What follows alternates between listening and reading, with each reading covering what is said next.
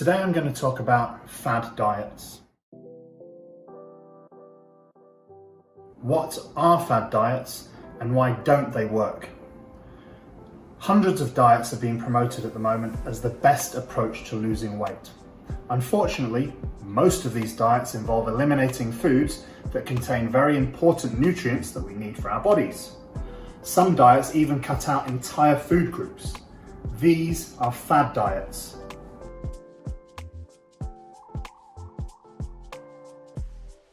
To give you some examples, fad diets may include those that are deemed as fat-free, very low carbohydrates, or very high in fat. Some fad diets even focus on a particular food, so it might be cabbage, for example. Some have you eliminate certain foods at specific times of the day, as if it really makes a difference.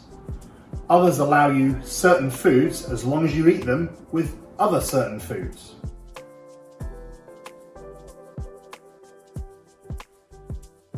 As you can imagine, many of these diets lack major nutrients such as dietary fiber and carbohydrates, as well as selected vitamins, minerals, and protective phytochemicals.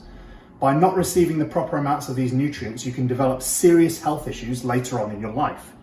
For the select food groups that these diets do permit, the amounts are either well above or well below those recommended by any major health organizations.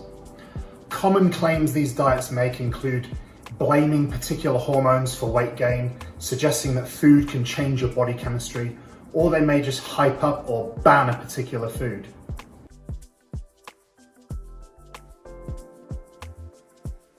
All of these diets have one thing in common. They're a temporary solution to what for many people is a lifelong problem.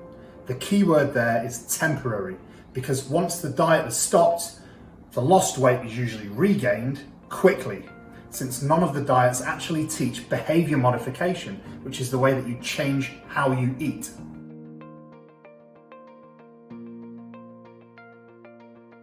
So how can you identify which diets are fad diets and which are not? Now, there's no set approach to spotting a fad diet, but there's some guidelines that I'm going to give you which can help. So, fad diets tend to have recommendations that will promise a quick fix. They tend to make claims that sound way too good to be true. They tend to give simplistic conclusions drawn by supposedly complex studies. Recommendations are often based on a single study.